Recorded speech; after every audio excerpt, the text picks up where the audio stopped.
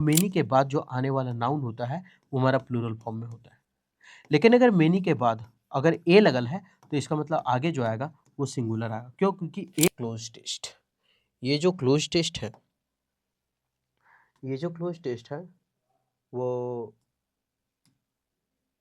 CHSL previous year 10 March shift 2 का है, 2022 से 23 तक। हम हर चीज सेक्शन वाइज लेकर के आ रहे हैं। क्लोज टेस्ट का सब 2023 साल 22-23 साल अलग चलेगा, फिलर्स अलग चलेगा, एरर अलग चलेगा, एंटोसिनो अलग चलेगा, इडियम फ्रेज अलग, वन वर्ड अलग, एकदम चलेगा। हम मॉक टेस्ट लंबा वाला अभी हम थोड़ा सा रोक करके रखे हैं। वो इसलिए रोक करके रखे हैं क्योंकि मेरे पास अभी उतना साधन नहीं है, क्योंकि लाइट है जो बीच बीच में कट जाता है और मॉक टेस्ट 1 घंटे का चलता है। उतना इन्वर्टर जो मेरा वो चल नहीं पाता है, लाइट और ये बोर्ड को मतलब नहीं ले पाता, ओवरलोड बताने लगता है। इसलिए हम ये छोटा थोड़ा करके ला रहे हैं। आप क्या करें कि इस वीडियो को 10 मिनट तक, 5 मिनट 10 मिनट तक देखें। अगर आपको लगे कि ये वीडियो ठीक है, अच्छा है, तो आप हमारे साथ कंटिन्यू बने रहें। अगर लगे कि वीडियो ख़राब है तो आप वीडियो को स्किप करके किसी और का वीडियो देखें, क्योंकि यूट्यूब पे बहुत बड़े बड़े प्लेटफॉर्म है इंग्लिश के लिए, तो आप वहाँ देख सकते हैं। क्योंकि समय आपका कीमती है, नौकरी लेने आपको जरूरी है। ठीक है, उम्मीद करते हैं कि पूरा एफर्ट लगाएंगे, पूरा सिखाने की कोशिश करेंगे, अंग्रेजी का डर भगाएंगे तो बढ़े आगे। सबसे पहले थ्रू, थ्रू द टिमिड डरपोक, थ्रू द मेनियल तुच्छ महत्वहीन जिसको बोल देते हैं, या थ्रू द ब्यूटीफुल सुंदरता। अब आगे हमको नहीं समझ में आ रहा है थ्रू द होगा क्या। थ्रू द लोनली ईयर्स, एकाकी वर्ष में, ऑफ माई चाइल्डहुड, मेरे बचपन के एकाकी वर्ष में। इसका मतलब ये समझ में आ रहा है कि महत्वहीन तो होगा नहीं, मेनियल मतलब वही तो तुच्छ। ठीक है, तो इसका मतलब ये हुआ कि थ्रू द मेनियल मतलब एक एकाकी, मेरे बचपन के एकाकी वर्षों में महत्वहीन चीज नहीं।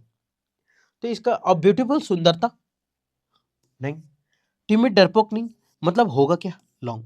अब सवाल कि लॉन्ग क्यों हुआ, टिमिड क्यों नहीं हुआ, ब्यूटीफुल क्यों नहीं हुआ। आप तो फटफट काट दिए, आंसर पता था इसलिए ऐसा कर दिए। नहीं, through the long, through the long एक लंबे एकाकी वर्ष बोलते हैं हम लोग। एक डरपोक वर्ष बोलते हैं क्या? नहीं बोलते। एक महत्वहीन वर्ष नहीं। एक सुंदर वर्ष बोलते हैं। एक लंबे, एक मेरे बचपन के एक लंबे वर्षों में ऐसे बोलते हैं। मेरे बचपन के लंबे वर्षों में, मेरे बचपन के सुंदरता वर्ष नहीं, मेरे बचपन के तुच्छ वर्ष नहीं, मेरे बचपन के डरपोक वर्ष नहीं, मेरे बचपन के लंबे वर्ष। तो जिस तरह से हिंदी लिखेंगे वो इस तरह से आना चाहिए इसका मीनिंग। तो मेरे बचपन के एक लंबे वर्षों में, मेरे बचपन के एक लंबे वर्षों में। अब सवाल है lonely years of my childhood, किसका? मेरे बचपन का। अभी थोड़ा सा अगर देखें, द है ना, द के बाद तो एक ही वर्ड प्रयोग हुआ, कौन सा? लॉन्ग। और ये लॉन्ग जो हो जाएगा वो हमारा नाउन हो जाएगा। ठीक, क्यों? क्योंकि द जो है हमारा डिटर्मिनर है। ठीक, तो सर क्या ए भी डिटर्मिनर है? हाँ है। एन भी डिटर्मिनर है? हाँ है। ये तीनों का तीनों डिटर्मिनर होता है। ठीक, इसके बाद अगर एक वर्ड होता है तो वो हमारा नाउन होता है। इसके बाद एक ही वर्ड है, थ्रू द लॉन्ग। ठीक, तो नाउन के जैसा बिहेव तो करेगा, है ऑब्जेक्ट के ही जैसा। अब ये नाउन हो गया। सवाल सर एक वर्ड तो नहीं होता, हम कभी कभी दो वर्ड देखें, यह सेंटेंस खत्म हो गया, कॉमा के बाद दूसरा स्टार्ट है, वो अलग का बात है। लेकिन हम दो वर्ड देखें तो कोई बात नहीं है, आप पहला वाला को एडजेक्टिव कर दे, दूसरा वाला को नाउन कर दे। सवाल नहीं सर हम दो को नहीं, हम तीन को देखें। तो ठीक है, तीन को आप देखे होंगे, तो पहला वाला को आप करें एडवर्ब, दूसरा वाला को आप करें एडजेक्टिव, और तीसरा वाला को आप करें नाउन। सवाल सर अगर चार वर्ड रहा, अगर चार वर्ड रहा तो किचकिचा के उसको भीतरे भेज देना है, चौथा वर्ड को काउंट नहीं करते हैं। समझ में आ रहा है? तो नाउन तो समझ में। एडजेक्टिव क्या होता है ना, कि कैसे पहचानेंगे, तो जो कैसा कैसी का जवाब दे, किस तरह का जवाब देता है, वो हमारा एडजेक्टिव होता है। राम कैसा लड़का है, तो राम एक अमीर लड़का है, तो अमीर जो हमारा एडजेक्टिव, कैसा अमीर, कैसा है अमीर है, तो कैसा का जवाब अमीर दे रहा है, तो ये हमारा एडजेक्टिव हो। एडवर्ब आप याद रखें कि एल वाई इंडिंग वर्ड 90% जो एल वाई इंडिंग वर्ड होता है वो हमारा एडवर्ब हुआ करता है। ठीक, आगे बढ़े। तो यहां तक तो समझ गए, through the long lonely years, एकाकी वर्ष ऑफ माई चाइल्डहुड। ये जो ऑफ है, ऑफ माई चाइल्डहुड, मेरे बचपन के दिन का बात कर रहा है। का मतलब हुआ ऑफ। ठीक, तो ऑफ मतलब होता है का के की, और एक एपोस्ट्रोफी एस का मतलब होता है का के की, दो चीज। लेकिन ये लगता है हम लोग जो लगाते हैं अपना ह्यूमन और एनिमल्स में, है ना, वहां लगाते हैं एपोस्ट्रोफी एस। लेकिन ऑफ कहाँ लगता है, तो कोई थिंग्स में, कोई वस्तुओं में ऑफ का प्रयोग होता है, तो ऑफ माई चाइल्डहुड मेरे बचपन का बोला है, आदमी में नहीं है, इसलिए ऑफ का प्रयोग है। ठीक, माई चाइल्डहुड, यहाँ जो माई है वो हमारा है पॉजिटिव एडजेक्टिव। क्या है हमारा? पॉजिटिव एडजेक्टिव है। क्यों पॉजिटिव एडजेक्टिव है? क्योंकि माई चाइल्डहुड, और चाइल्डहुड जो है वो हमारा नाउन है, मेरे बचपन। तो सवाल है कि एक होता है पॉजिटिव एडजेक्टिव और दूसरा होता है पॉजिटिव प्रोनाउन। तो माई का जो पॉजिटिव एडजेक्टिव है, तो इसका पॉजिटिव प्रोनाउन जो होता है वो हमारा माइन होता है। अगर योर लिखे हैं इसका पॉजिटिव एडजेक्टिव, तो योर्स जो है वो उसका पॉजिटिव प्रोनाउन है। अगर हर लिखे हैं तो फिर हर से इसका पॉजिटिव प्रोनाउन है। अगर हिज लिखे हैं तो हिज इसका पॉजिटिव प्रोनाउन है। सवाल ठीक है सर, हम सब समझ में आ गया कि माई जो है वो पॉजिटिव एडजेक्टिव, माइन जो है positive pronoun, your, yours, sorry. तो ठीक है, हमको याद हो जाएगा कि इधर यह एस लगाना है और माई का माइन करना है, लेकिन हीज और हीज तो सेम है, फिर इसको कैसे पता करेंगे हम? तो आप याद रखें, पॉजिटिव एडजेक्टिव के बाद जो है ना वो नाउन का प्रयोग हमेशा होता है। पॉजिटिव एडजेक्टिव के बाद नाउन का प्रयोग होता है, लेकिन पॉजिटिव प्रोनाउन के बाद नाउन का प्रयोग नहीं होता है। ठीक, तो वहां पॉजिटिव एडजेक्टिव है और आगे नाउन है, इसका मतलब पॉजिटिव एडजेक्टिव है क्योंकि आगे नाउन है। अब समझ में आ रहा है हम क्या कहना चाह रहे हैं? आगे बढ़े। तो एक एकाकी लंबे वर्षों में, मेरे बचपन के एकाकी लंबे वर्षों में, व्हेन माय फादर्स, जब मेरे पिताजी का, व्हेन माय फादर्स, माय क्या होगा? Positive adjective. माय क्या हो गया? पॉजिटिव एडजेक्टिव, क्योंकि आगे फादर्स उसका नाउन दिया हुआ है। माय फादर्स, हम बोले एपोस्ट्रोफी एस लगता है इंसानों में, तो लग गया फादर्स। मेरे पिताजी का पैलेस, पैलेस, अब यहाँ प्लेस नहीं है। एक प्लेस का मतलब होता है स्थान, एक प्लेस का मतलब क्या होता है? स्थान। और ये जो पैलेस लिखा हुआ है, प्लेस नहीं लिखा हुआ, ये पैलेस का मतलब होता है महल। पैलेस का मतलब क्या होता है? महल। ठीक, तो माय फादर्स पैलेस, मेरे पिताजी का जो महल है, मेरे पिताजी का महल जो है, टू टाइटन इट्स ग्रिप, मतलब बोल रहा है कि मेरे बचपन के एकाकी लंबे वर्षों में मेरे पिताजी का जो पैलेस है, टू टाइटन इट्स ग्रिप, मुझे ग्रिप करता था, पकड़ लेता था, ऐसा लगता था। तो अच्छा, मतलब कि नेक्स्ट अगर चले, तो ऐसा लगता था कि जैसे मुझे पकड़ के रखा है, और ऐसा लगता था कि पकड़ के लगता है, तो थॉट्स जो है, विचार, वो तो नहीं होना चाहिए, क्योंकि मैं फादर्स पैलेस थॉट्स, अब वो पिताजी का जो महल है वो सोचेगा, अरे महल तो निर्जीव है भाई, उसको क्यों सोचेगा, विचार क्यों करेगा, वो कहाँ से विचार कर पाएगा, ये तो होगा नहीं। मैं फादर्स पैलेस थॉट, मेरे पिताजी का महल का विचार, ये तो गलत हो गया। ठीक, बिसाइड्स का मतलब, अब ये बिसाइड का मतलब हम थोड़ा सा अगर हम समझे, तो एक होता है बी साइड और एक होता है बिसाइड्स।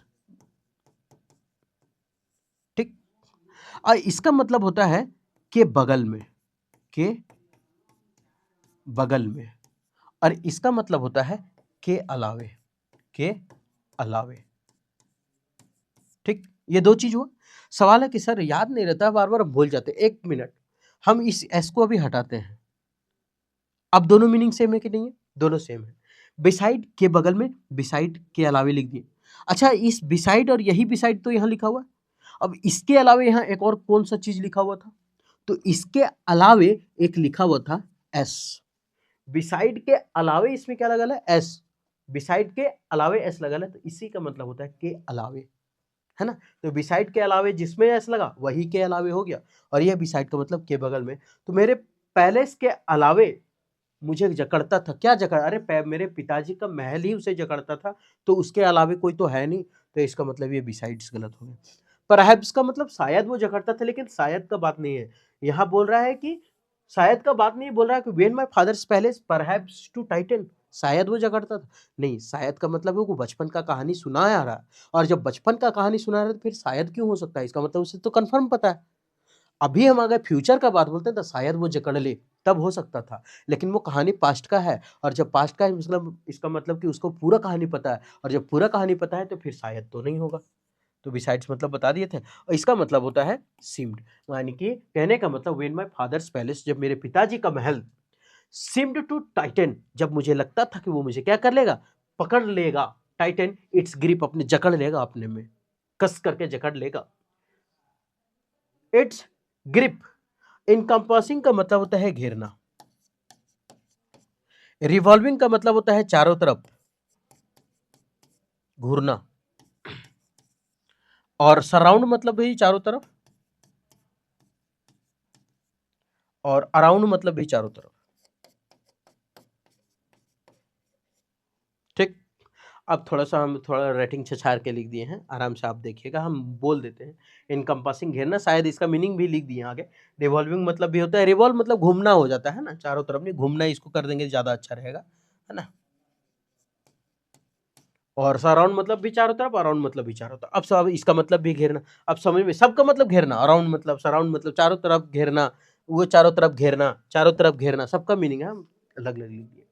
तो इट्स ग्रिप, अब क्या बोलता है कि Titan it's grip encompassing me, revolving मी, क्या होगा ये थोड़ा सा समझते हैं। वो क्या बोल रहा है कि मेरे पिताजी का जो महल है वो मुझे जोर से क्या करता है, जकड़ लिया करता था। मतलब नहीं होता है कि घर में घुसते के साथ बंधाल बंधाल आदमी को लगने लगता है साला बाहर ही ठीक है लियो, ऐसा, तो जकड़ लेता था।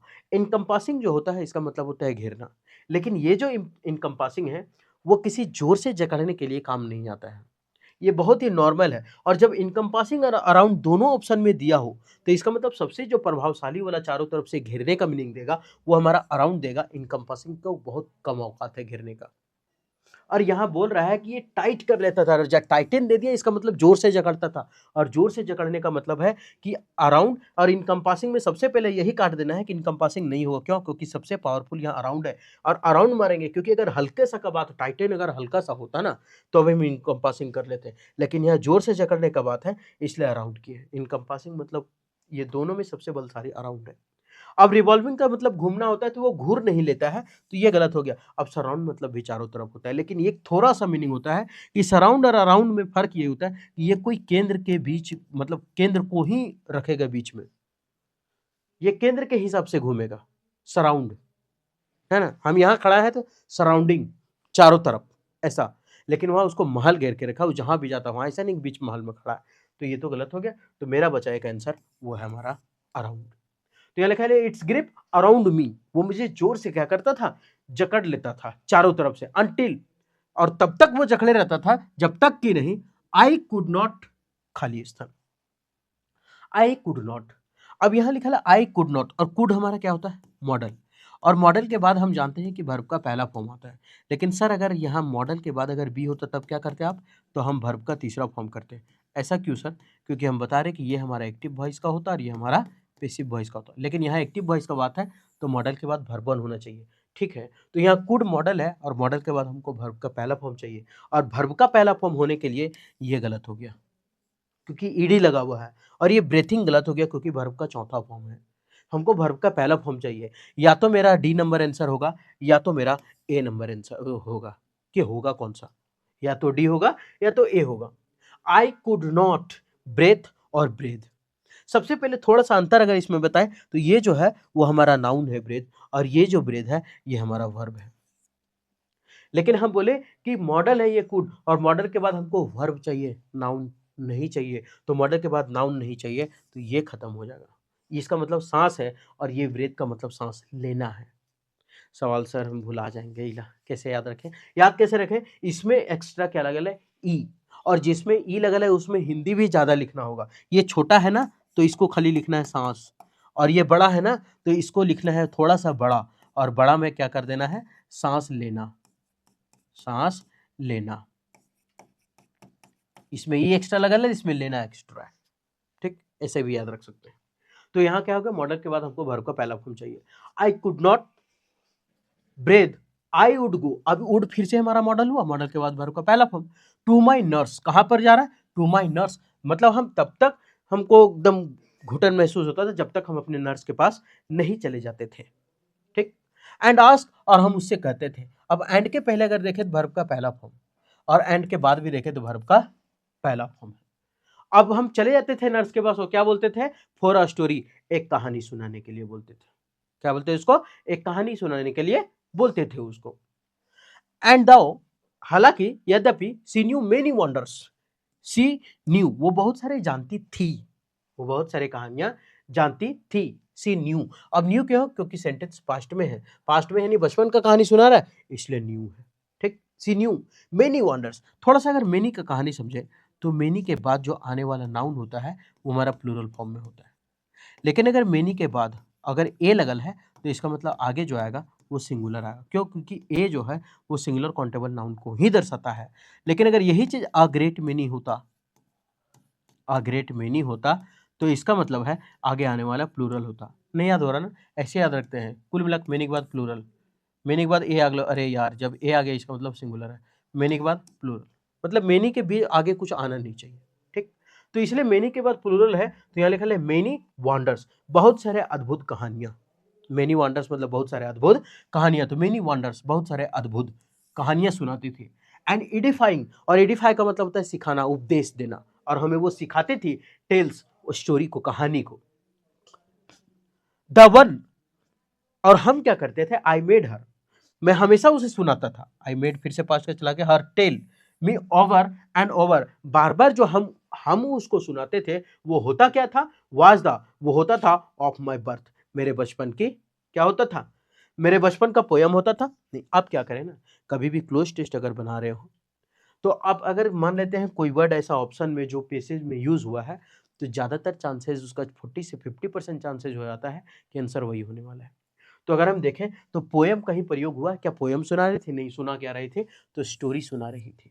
और जब स्टोरी सुना रही थी, ऑड का मतलब होता है गीत काव्य, है ना, गीत उत जो होता है ना, गीत का काव्य, वो न्यूज तो सुना नहीं रही थी, ऑड गीत काव्य होता है, ये सुना नहीं रही थी, सुना क्या रहा था, कहानी।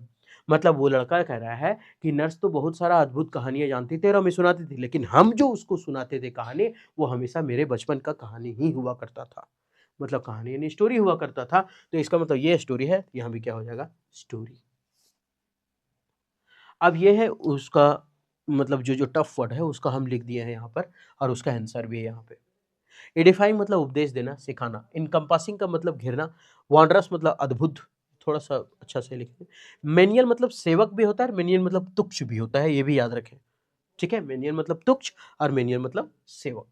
बिसाइड्स का मतलब के अलावा, और बिसाइड तो हम लिखे नहीं है, उसका मतलब बगल में। रिवॉल्विंग मतलब घूमने वाला, रिवॉल्व नहीं होता, घूमता है। ओड मतलब गीत काव्य, और टेल मतलब कहानियां। तो हम टेल वहां नहीं भरे क्योंकि टेल वहां था नहीं ऑप्शन में, वहां स्टोरी था, ठीक है, याद रखिएगा। तो कभी कभी होता है कि सर थोड़ा सा हिंदी करने में थोड़ा तकलीफ होता है, अब हिंदी माध्यम का छात्र है तो हमसे होता नहीं यार, अंग्रेजी डर इसीलिए लगता है कि हिंदी नहीं कर पाते, तो थोड़ा सा यहाँ आपको हम ये सुविधा दिए हैं कि आप इससे आसानी से आप आगे बढ़ सकते हैं। कि बचपन के लंबे एकाकी सालों में जब मेरे पिता का महल मुझे अपनी गिरफ्त में जकड़ लेता था, तब मैं अपनी नर्स के पास जाता था और कहानी सुनाने के लिए कहता। हालांकि वो अद्भुत और शिक्षा भरी कहानियां जानते थे, लेकिन जो कहानी मैं उसे बार बार सुनाता था ओवर एंड ओवर, वो मेरे जन्म की कहानी थी, ठीक। तो उम्मीद करते हैं कि ये जो क्लोज टेस्ट का सेशन है आपको बहुत सारा ग्रामर और बहुत सारा ऑप्शन छांटने का तरीका सिखाया होगा। उम्मीद करते हैं कि ठीक लगा होगा। अगर अच्छा लगा तो आप हमारे साथ कंटिन्यू बने रहें। फिर मिलते हैं नेक्स्ट वीडियो में।